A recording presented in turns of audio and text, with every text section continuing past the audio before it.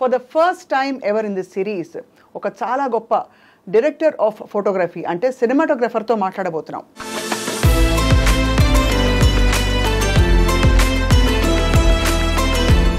స్వాతి ముత్యం, ఆలాపన, అన్వేషణ,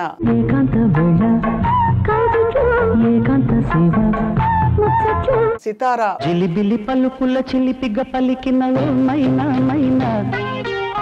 సిరివెన్నెల ఇలాంటి సినిమాల పేర్లు చెప్తే చాలు వారేమిటో అర్థమైపోతుంది.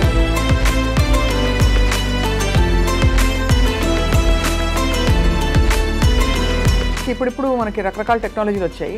మరి మానిటర్స్ అవి ఉండేవా అప్పట్లో మీకు? స్వాతి ముత్యం లాంటి గొప్ప సినిమాకి మానిటర్ లేదు. ఒక మనిషిని మనసుని కదిపి ఏడిపించే విషయంలో ఇండియాలోనే లేరు అలాంటి డైరెక్టర్.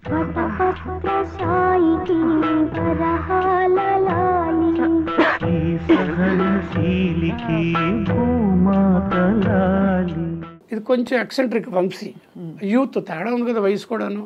ఇలాగ అందరిలాగా నేను ఎందుకు ఉండాలి అని ఒక స్టైల్ ఇస్తుంది.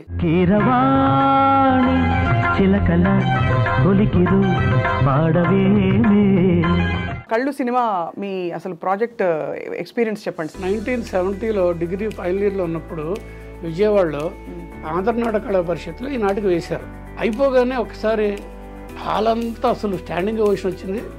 నేను నాతో పడుకుని పరిగెత్తుకు వెళ్ళి కలుబొడి మారుతరావు గారు ఎక్కడున్నారో ఫ్రంట్ రోకి వెళ్ళి 1987లో మేము ముగ్గురు ఫ్రెండ్స్ కలిసి అనుకున్నప్పుడు జంజాల గారికి అడ్వాన్స్ ఇచ్చాం. అన్నప్పుడు ఒక 2 నెలలు కూర్చున్న తర్వాత జంజాల ప్రొడ్యూసర్ నన్ను పిలిచి చేద్దాం చెప్పి దిగితే అది కళ్ళు. కానీ ఎలా ఉండేవారు సార్ భానుప్రియ గారు? అప్పట్లో ఆవిడ ఇండస్ట్రీకి వచ్చిన కొత్తలో చామన్ ఛాయ్ అని. వంశీ ఈ మధ్య తను యూట్యూబ్లో ఏదో చెప్తూ రఘు భానుప్రియని వద్దన్నాడు. ఇప్పుడు చెప్తున్నాను నేను ఎందుకు వద్దంటాను కారణం, నలుపుగా ఉంటే తప్పు కాదు.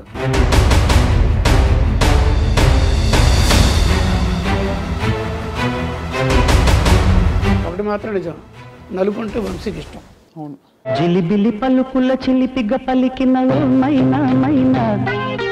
కిలకిల నగవుల వల్లపులు చిలికిన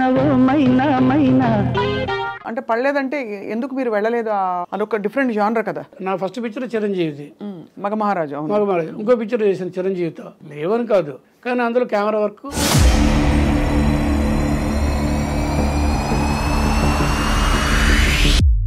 నాకేంటి, నాకు ఫుల్ మీల్ ఉండదు. అవును, అది మైండ్ సెట్. విశ్వనాథ్ గారి కంటే కమల్ హాసన్ విపరీతమైన ప్రేమ, అభిమానం, ఆరాధన. కమల్ హాసన్ అంటే ఎక్కడ లేని ఇష్టం విశ్వనాథ్ గారికి.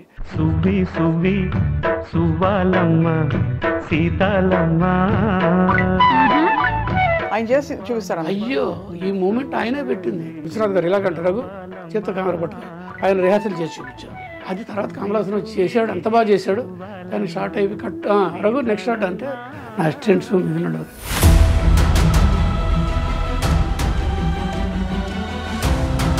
గొప్ప ఆర్టిస్ట్ అండి ఆయన.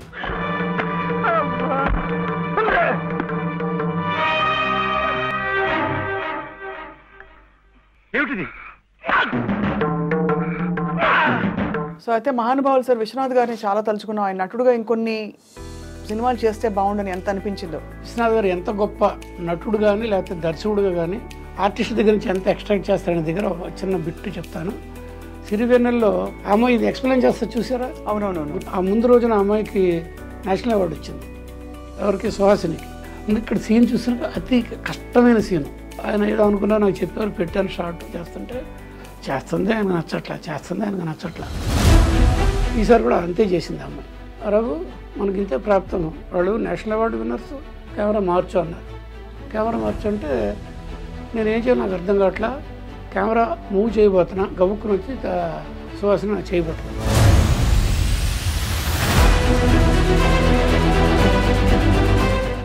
ఈ చివరి కనుకొల్లు కొల్లోంచి అమ్మ రావడం చూశారు. దగ్గరకు వచ్చిన తర్వాత ఉన్నారు. వెళ్తే ఆయన కొంచెం ఆయన తెలియకుండా టైం చూస్తే ఆయన ఏడుస్తున్నారు. నా కళ్ళ నీళ్ళు వచ్చేసింది. అలాంటి గొప్ప మహానుభావులు సార్. సువ్వి సువ్వి సువ్వాలమ్మ సీతాలమ్మ.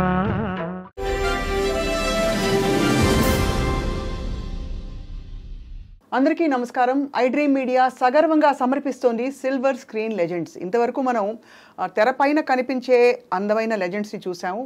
కొంతవరకు కొంతమంది దర్శకులతో కూడా మాట్లాడాం. కానీ for the first time ever in this series ఒక చాలా గొప్ప డైరెక్టర్ ఆఫ్ ఫోటోగ్రఫీ అంటే సినిమాటోగ్రఫర్తో మాట్లాడబోతున్నాం.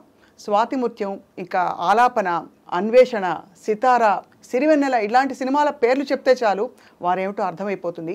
తెలుగు చిత్ర పరిశ్రమలో ఎవర్ గ్రీన్గా నిలిచిపోయే ఆణిముత్యాలు ఇలాంటి సినిమాలు.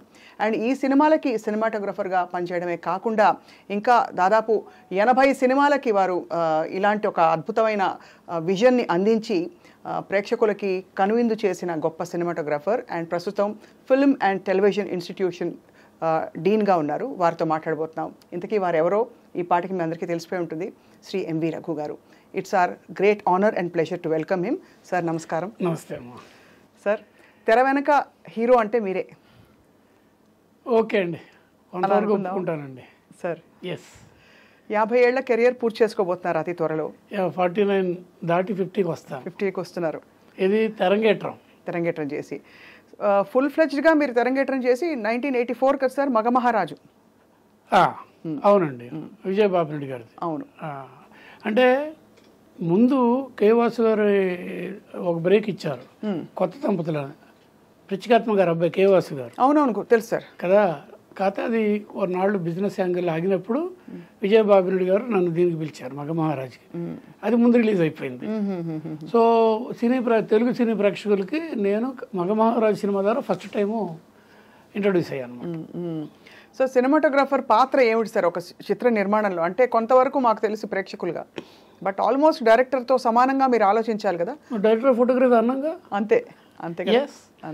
డైరెక్టర్ అదర్ దాన్ దట్ అంటే ఒక్క కెమెరా అండ్ దానికి సంబంధించిన మేడ తప్పించి మిగిలినన్నిటికీ ఆయన కంప్లీట్ కంట్రోల్. బట్ ఆయన తాలూకు ఆలోచనలు కానీ ఇంకొక రకమైన స్క్రిప్ట్లో ఉన్న మ్యాటర్స్ కానీ అన్నిటినీ కెమెరా పెట్టి దృశ్యరూపంగా మార్చే మెజిషియన్స్ మేము. అంతే కదా సార్. సో ఇలాంటి గొప్ప సినిమాలు అప్పట్లో చేస్తున్నప్పుడు అన్ని గొప్ప సినిమాలను చేస్తారు, కానీ ఇంత ఎవర్ గ్రీన్గా నిలిచిపోయాయి. కొన్నిటికి మీరు అవార్డ్స్ కళ్ళు చిత్రానికి ఫర్ ఎగ్జాంపుల్ అవార్డు కూడా అందుకున్నారు. అలా మీరు అప్పుడు ఊహించారా చేస్తున్నప్పుడు, లేదా అప్పుడు జస్ట్ మామూలుగా పని చేసుకుంటూ పోయారా?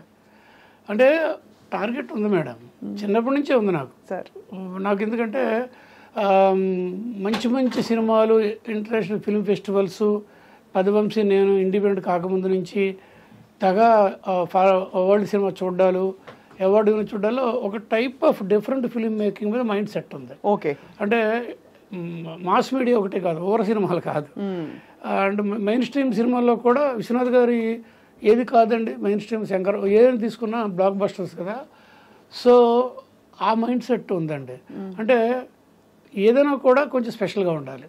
అది సినిమా స్పెషల్, డైరెక్టర్ స్పెషల్, నేను స్పెషలే. అదే మైండ్ సెట్, అలాంటి మైండ్ సెట్తో పనిచేశాను.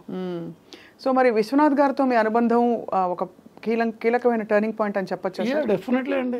అదృష్టం దేవుడు ఇచ్చిన 2 వారాలు 2 సినిమాలు నా చేత ఆయన చేయించారు. అవును అవును సార్. అంతకంటే ముందు మీరు విజయవాహిని స్టూడియోస్లో పనిచేశారు కదా. తెరంగేట్రం అక్కడ జరిగిందండి. అదే అదే 1975 జూలై 15న కుడికాయలు పెట్టా వాహిని స్టూడియోలో యాజ్ కెమెరా డిపార్ట్మెంట్ అసిస్టెంట్ గానా, లేకపోతే ఫోకసింగ్ అసిస్టెంట్స్ అంటాం కదా. కెమెరాల్ని 12 ఫ్లోర్లు ఉన్నాయండి. 12 ఫ్లోర్లు 12 రకాల సినిమాలు జరుగుతాయి. అప్పుడు ఏంటంటే చెన్నై కూడా కాదు, నేను వెళ్ళినప్పుడు మద్రాసు ఈ 12 ఫ్లోర్స్ ఉన్న వాహిని స్టూడియో అన్ని రకాల లాంగ్వేజ్లో జరిగేవి. బేసిక్గా తమిళ్, నెక్స్ట్ ఇమ్మీడియట్ తెలుగు, మలయాళం, కన్నడ, హిందీ అన్నీ అక్కడ జరిగేవి. సో ఆ 12 ఫ్లోర్స్లో జరుగుతున్నప్పుడు రకరకాల వాళ్ళతో పనిచేయాల్సిన అదృష్టం జరిగింది నాకు. అసలు సినిమాటోగ్రఫర్ అవ్వడం అనేది అంటే స్వతహాగా ఇంట్రెస్ట్ బాగా ఉంటే తప్ప రాదు. మీరు అందులో మీరు చదివిన సబ్జెక్ట్ కూడా కాదు కదా సార్, టెక్నికల్ ఆర్ట్స్ కొంత చదివారు. చిన్నప్పటి నుంచి ఫోటోగ్రఫీనా ఏంటి, పుట్టిన కాడి నుంచి మైండ్ ఎలా వెళ్ళిందంటే, మా నాన్నగారు రైల్వేస్లో పనిచేస్తారు అనుకోండి, ట్రావెల్ టికెట్ ఇన్స్పెక్టర్ చెన్నై గారు అని చెప్పి. ఆయన హాబీ ఫోటోగ్రఫీ, చిన్న కెమెరా పట్టుకొని కోడక్ బాక్స్ కెమెరా ₹6 బాక్స్ కెమెరాలో అవార్డులు కొట్టారు ఆయన 120 ఫిల్మ్తో. అయితే అప్పటి నుంచే నాకు డెవలపింగ్ ఏంటో తెలుసు, ప్రింటింగ్ ఏంటో తెలుసు, కాంట్రాక్ట్ ప్రింట్ ఏంటో తెలుసు, బ్రోమైడ్ పేపర్స్ అన్నీ తెలుసు. అట్లా డెవలప్ అయిన తర్వాత కొంత ముందుకెళ్తే ఇంకా మూవింగ్ ఇమేజెస్ అంటే సినిమా మీదకి నెమ్మదిగా మైండ్ సెట్ వెళ్ళింది. కారణం నేను గుంటూరులో చదివినప్పుడు లీలామాల్ థియేటర్, అందులో ఇంగ్లీష్ సినిమాలు వారానికి 2-1 వెళ్ళేవి. మా నాన్నగారితో బయలుదేరి రిక్షాలో కూర్చొని వెళ్ళిపోవడం చూశాడు. అక్కడ నుంచి quality cinema, world cinema, Hollywood సినిమాలు ఎందుకు అంత గొప్పగా ఉంటాయి, ఆస్కార్ కూడా నాకు అప్పుడే తెలుసు. ఆ డైరెక్టర్ల గురించి నేను చెప్పగలను, కెమెరా గురించి చెప్పగలను, కాస్టింగ్ గురించి చెప్పగలను. ఇప్పుడు కూడా అప్పటికి అలాగా తెలియకుండానే ఒక క్వాలిటీ ఫిల్మ్ మేకింగ్ మీద మంచి టేస్ట్ ఏర్పడిందండి. సో అలా మీకు అభిరుచి ఉండింది. సో అలా మీరు ఇండస్ట్రీలోకి వచ్చారు. ఫస్ట్ నుంచి కెమెరా పట్టుకోవాలని ఒక ఎస్, అవునండి. ఎవరి సినిమా చూసి ప్రభావితం అయ్యారు? ఏ సినిమాటోగ్రాఫర్ మీకు వరల్డ్ వైడ్ ప్రపంచ సినిమాలో అద్భుతం అని అనిపించేది, ఇలా చేయాలని? నాకు అంతకు సినిమాలో సినిమాటోగ్రఫీ దానికంటే ముందు చిన్నప్పటి నుంచి వాల్ట్ డిస్నీ పేరు ఆయన ఇష్టం నాకు స్వతహాగా. నా ఇంట్లో నా రూమ్లో నా దగ్గర ఐన్స్టీన్ ఫోటోగ్రాఫ్ సగం, ఈ వాల్ట్ డిస్నీ సగం 2 కలిపి నా దగ్గర ఉండేది అనమాట. నాకు పెన్నే ఉండేది. ఎస్ఆర్ఆర్ కాలేజీలో మేము జంజాల మీద నాటకాలు వేసినాడు. ఆ పోస్టర్ లాగా తమాషగా పెట్టేసేవాడు బయట రోడ్డు మీద, మెయిన్ రోడ్డు మీద. రంగాలంకరణ డిస్నీ అని ఉంటుంది నా పేరు, రఘుపతిలో. అలాగా సరదా. అయితే కొంచెం ఎదిగిన తర్వాత, మెచ్యూరిటీ వచ్చిన తర్వాత నాకు ఒక స్ఫూర్తి కలిగించిన మనిషి, డైరెక్టర్ పేరు చెప్తాను నేను, స్టాన్లీ కుబ్రిక్. 2001 ఏ స్పేస్ ఓడిసి నాకు మైండ్కి ఒక కొత్త విండోస్ ఓపెన్ చేసింది స్టాన్లీ కుబ్రిక్. అలాగా గ్రేట్ డైరెక్టర్స్ని, వాళ్ళ తాలూకు కెమెరామెన్ని, టెక్నీషియన్స్ అబ్జర్వ్ చేయడం అనేది అప్పటి నుంచి బాగా గట్టిగా తీసుకున్నాను అనమాట. సార్, ఒక్కొక్క సినిమాగా చూసుకుంటూ పోతే మీరు అన్ని సినిమాలు ఒక ఎత్తు, థ్రిల్లర్ సినిమాలు, హారర్ లాంటివి, అన్వేషణ లాంటి సినిమాలు ఒక ఎత్తు. అన్వేషణలో మీరు కెమెరా తిప్పేసి అసలు అడవులు చూపిస్తేనే ఆ తిప్పేయడంలోనే ఎక్కడో ఒక భయం కలుగుతుంది, ఒక సంథింగ్ ఈజ్ హ్యాపెనింగ్ అని చెప్పి ఇలా ఫాస్ట్గా వెళ్ళిపోవడం. అవన్నీ డైరెక్టర్ విజనా సార్, లేకపోతే మీరు సజెస్ట్ చేస్తారా? How does it actually work? ఎలా? వంశీకి ఈజ్ ఎ స్పెషల్ బ్రీడ్ అండి. అంగార గ్రహాన్ని నుంచి దిగిన కొంతమంది స్పెషల్ క్యారెక్టర్స్ అనుకుంటే మనుషుల్లో అలాంటి ఒక వ్యక్తి వంశీ. Pure creator. చాలామంది క్రియేటర్స్ కాదు, కాపీ కొట్టి దాన్ని మెరుగులు దిస్తారు. ఇది ఈజ్ వండర్ఫుల్ ప్యూర్ క్రియేటర్.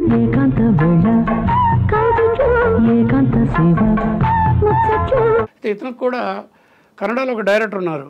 ఆయన చేసిన ఒక కన్నడ సినిమాలో ఇలాంటి క్రైమ్ బ్యాక్గ్రౌండ్ చూసి తను చేసుకుని నేను కూడా ఇలాంటి క్రైమ్ థ్రిల్లర్తో థ్రిల్ చేయాలి జనాల్ని. ఎంతసేపు సితారా అలాంటి క్లాసిక్స్ కాదు. ఫస్ట్ పిక్చర్ అతనిది మంచు బలగే. అవును, మంచు బలగే. సో అని చెప్పేసి అప్పుడు తను థాట్లోకి వెళ్ళాడు. నేను దాంట్లో హ్యాండ్ హెల్డ్ కెమెరా, ఒక క్యారెక్టర్ అంటే కెమెరా ప్లేస్ ఏ రోల్, ఒక వేషం వేసినట్టే ఒక క్యారెక్టర్. దానికి నాకు కొన్ని రెఫరెన్స్లు ఉన్నాయి నేను చూసిన హాలీవుడ్ సినిమాలో. అవి నేను రెఫర్ చేసి ఇలా చేద్దాం వంశీ, కెమెరా మూవ్ అవుతున్నప్పుడు భయం వేస్తుంది, అంటే something is going to happen. ఆ కెమెరాయే ఒక క్యారెక్టర్ అయితే అది జంతువా మనిషి, మర్డర్స్ ఏం జరుగుతున్నాయి, ఎందుకు బ్లడ్ వస్తుందని. అలాగే ఇద్దరం కలిసి ఈ జనాల్ని కెమెరా స్క్రీన్ ప్లే ద్వారా భయపెట్టాలి. అఫ్కోర్స్ వెనకాల మంచి గొప్ప స్ట్రెంగ్త్ ఇళయరాజా గారి రికార్డు. కలిసే చిలకల కొలికిరు పాడవేనే వలపులే తెలుపగా. ఏం పాటలు సార్ అసలు. లొకేషన్ రెండోది అప్పుడుకున్న ఫైనాన్స్. ఎక్కడ చేశారు సార్ లొకేషన్? తలకోనని, తలకోన. అప్పటికి మా గురువు గారు అక్కడ ఖైదు చేశారు చిరంజీవితో.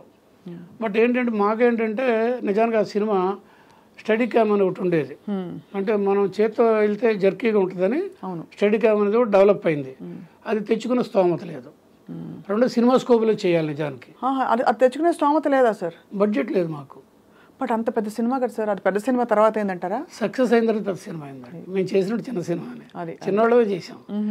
సో సినిమా స్కోప్ కావాలి, అది కూడా లేదు. స్టాండర్డ్ ఫార్మాట్లో స్టడీ క్యామ్ లేదు కాబట్టి నా మైండ్ని స్టడీ క్యామ్గా చేసుకుని చేత్తో పట్టుకుని, కెమెరా కొంచెం చిన్నదనుకోండి, యారిఫ్లెక్స్లో 2B కెమెరా అని చెప్పేసి ఉంటుందండి. దాన్ని అడుగున మోటార్ పట్టుకుంటే నేను పర్ఫెక్ట్గా వెళ్ళగలిగేవాడిని విత్ ఆల్ దీస్ బ్యాలెన్సెస్.